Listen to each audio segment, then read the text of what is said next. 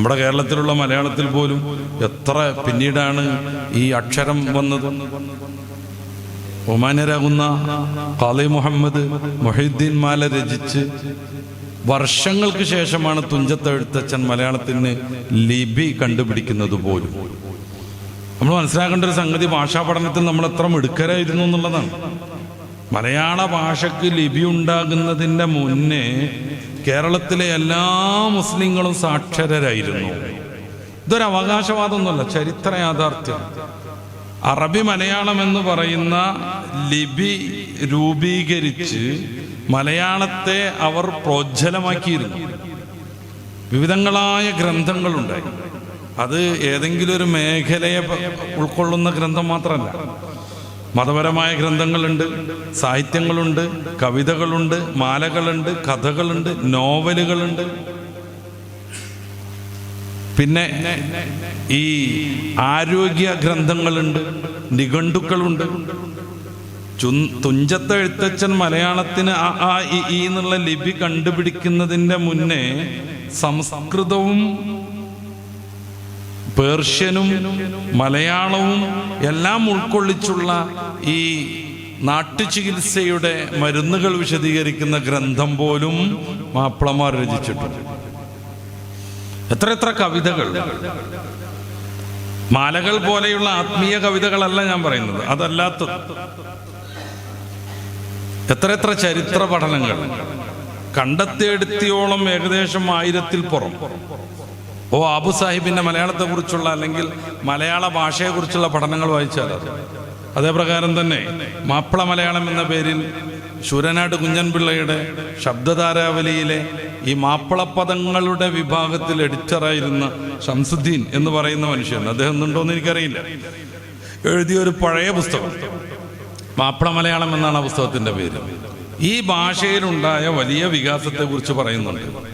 സത്യം പറഞ്ഞാൽ മെനക്കെട്ട് തുഞ്ചത്തെഴുത്തച്ഛൻ മലയാളത്തിന് ഒരു ലിപി ഉണ്ടാക്കുകയൊന്നും ചെയ്യാതെ ഈ അറബി മലയാളം ലിപി അങ്ങോട്ട് സ്വീകരിക്കായിരുന്നെങ്കിൽ ഇന്നും മലയാളം എഴുതുക അറബി മലയാളം ലിപിയിലായിരിക്കും.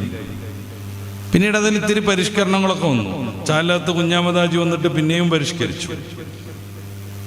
അപ്പോ ഭാഷാപരമായി നമ്മുടെ ബന്ധം, കാരണം അല്ലമഹുൽ ബയാൻ എന്ന് ഓരോ പദവും അങ്ങനെ അംഗീകരിച്ച് വിശ്വസിക്കേണ്ട നമ്മുടെ വേദഗ്രന്ഥത്തിൽ അള്ളാഹു പറയണം. അപ്പൊ നമ്മുടെ ദഅവത്ത് സാധ്യമാവാൻ വേണ്ടി നിരവധിയായ ഗ്രന്ഥങ്ങൾ ഈ മലയാളം ഭാഷയിൽ അറബി മലയാളം എന്ന പ്രത്യേക ലിപി ഉപയോഗിച്ച് മുസ്ലിങ്ങൾ രചിച്ചു. അത് പഠിച്ചു, കാണാതെ പഠിച്ചു. അവർ കത്തുകൾ എഴുതി, അവര് നോവലുകൾ എഴുതി, കവിതകൾ എഴുതി. അത്രമേൽ ഭാഷാസ്നേഹികളും സാഹിത്യ തൽപരരുമായിരുന്നു. ഞാൻ പിന്നെയും ആവർത്തിച്ച് പറയുമ്പോൾ ഒരു ബോറായി തോന്നും, എങ്കിലും അത് പറയലൊരാവശ്യമായതുകൊണ്ട് ഞാൻ പിന്നെയും പറയുന്നു. തുഞ്ചത്തെഴുത്തച്ഛൻ മലയാളത്തിൽ ഈ ഉണ്ടാക്കുന്നതിൻ്റെ മുന്നേ കേരളത്തിലെ മുസ്ലിങ്ങൾ, അവരുടെ ഇടയിലുള്ള വിനിമയം വളരെ ബൃഹത്തായി നടന്നിരുന്നു. അപ്പോ വിശ്വാസിയെ സംബന്ധിച്ചിടത്തോളം ഭാഷാ പഠനം എന്നത് കേവലം ഒരു സംസാരം അല്ലെങ്കിൽ അവൻ്റെ വ്യവഹാരം, അവൻ്റെ കച്ചവടം പോലെയുള്ള സംഗതികൾ മനോഹരമാക്കാനുള്ളതല്ല. നേരെ മറിച്ച് അവൻ്റെ ദീനിൻ്റെ സംരക്ഷണം, വ്യാപനം, അതിൻ്റെ പഠനം, പാഠനം, ഇതിനൊക്കെ അവൻക്ക് ആവശ്യമുള്ളതാണ് ഭാഷ. അതുകൊണ്ടാണ് ശുദ്ധമായ ഭാഷ പഠിക്കാൻ മുസ്ലിങ്ങളെല്ലാവരും പ്രേരിപ്പിച്ചുകൊണ്ടേയിരുന്നത്. അറബി ഭാഷ ഒരു വലിയ ഭാഷയായി നിലനിന്നുവെന്നതും അതിനെക്കുറിച്ചൊക്കെ നമ്മൾ ആഴത്തിൽ പഠിച്ചാൽ മനസ്സിലാവും. ഖുർആൻ ഒരിക്കലും പരിഭാഷപ്പെടുത്താൻ പാടില്ലെന്ന ഇസ്ലാമിൻ്റെ അടിസ്ഥാന നിയമം പൂർവികരാകുന്ന മഹാത്മാക്കളെല്ലാം കർക്കശമായി പാലിച്ചു. അതുകൊണ്ട് ഭാഷയ്ക്ക് എന്ത് പുരോഗതി ഉണ്ടായി? ഖുർആൻ മനസ്സിലാക്കണമെങ്കിൽ അറബി പഠിക്കണമെന്ന രീതി നിലവിലുണ്ടായി. അതുകൊണ്ട് എല്ലാവരും അറബി പഠിച്ചു. അങ്ങനെയാണ് ഒരു കാലത്ത് ലോകത്തെ ഏറ്റവും പ്രധാനപ്പെട്ട ഭാഷയായി, ഇന്നും അപ്രധാനമൊന്നുമല്ല, അങ്ങോട്ട് നമുക്ക് സമയമുണ്ടെങ്കിൽ കടന്നു വരണം, അറബി മാറുന്നു.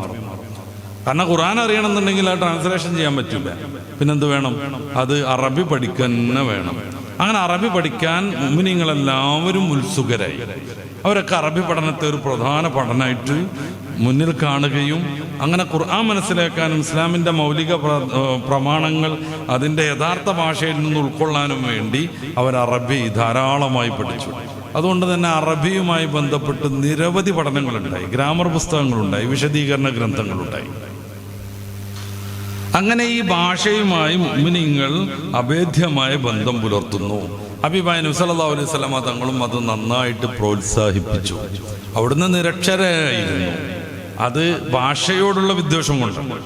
സല്ലല്ലാഹു അലൈഹി വസല്ലമ തങ്ങളുടെ ദൗത്യവും അവിടുത്തെ ഏറ്റവും പ്രധാനപ്പെട്ട അമാനുഷികതയാവുന്ന പരിശുദ്ധ ഖുർആനിൻ്റെ ആധികാരികതയും വ്യക്തമായി മനസ്സിലാക്കാൻ വേണ്ടി നബി സല്ലല്ലാഹു അലൈഹി വസല്ലമ തങ്ങൾ നിരക്ഷരരായി വളർന്നു.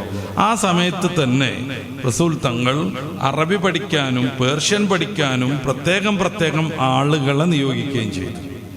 ഹസ്സാൻ ഇബ്നു സാബിത്ത് റളിയല്ലാഹു അൻഹു എന്ന മഹാകവിയെ നമുക്കറിയാം. അദ്ദേഹം നബി സല്ലല്ലാഹു അലൈഹി വസല്ലമ തങ്ങളുടെ സദസ്സിലെ അംഗീകൃത കവിയായിരുന്നു. അദ്ദേഹത്തിന് ഗാനാലാപനം നടത്താൻ വേണ്ടി മാത്രം പ്രത്യേകമായ സ്റ്റേജ് സ്ഥായിയായി മദീന പള്ളിയിലുണ്ടായിരുന്നു. റസൂലുള്ളാഹി സ്വല്ലല്ലാഹു അലൈഹി വസല്ലമ തങ്ങൾ തന്നെ ഈ ഭാഷാ പഠനത്തെയും ഭാഷകൾ ആസ്വദിക്കുന്നതിൻ്റെയും ഭാഗമായി മുസ്ലിങ്ങളല്ലാത്തവരുടെ കവിത പോലും ആസ്വദിച്ചു. ഉമയ്യത്ത് ബിൻ അബി സൽത്ത് നമുക്ക് ഉദാഹരണം പറയാം. ജാഹിലിയ കാലത്തെ പ്രധാനപ്പെട്ട ഒരു കവിയാണ്. ഇത് നല്ല താത്വികമായ കവിത രചിക്കുന്നയാളാണ്. റസൂലുള്ളാഹി സ്വല്ലല്ലാഹു അലൈഹി വസല്ലമ തങ്ങൾ ഒരു യാത്രാമധ്യേ പറയുന്നുണ്ട്, ആർക്കാണ് ഉമയ്യത്ത് ബിൻ അബി സൽത്തിന്റെ കവിത അറിയുക എന്ന്. ഒരു സഹാബി വരെ മുന്നോട്ട് വരുന്നു, എനിക്കറിയാം, എന്നാൽ ആലപിക്കൂന്ന് റസൂൽ സല്ലല്ലാഹു അലൈഹി വസല്ലമ തങ്ങൾ പറയുന്നു. അദ്ദേഹം മനോഹരമായി അതെങ്ങനെ ആലപിച്ചു തുടങ്ങുന്നു. ഹബീബായ നബി തങ്ങൾ ആവേശപൂർവ്വം പിന്നെയും ഇങ്ങനെ പറഞ്ഞുകൊണ്ടിരിക്കുന്നു. അദ്ദേഹം പറയുന്നുണ്ട്, ഞാൻ 100-ൽ പരം കവിതകൾ ആ യാത്രയിൽ ഹബീബായ നബി തങ്ങൾക്ക് വേണ്ടി ഉമയ്യത്ത് ബിൻ അബി സൽത്തിൻ്റെത് തന്നെ ആലപിച്ചുവെന്ന്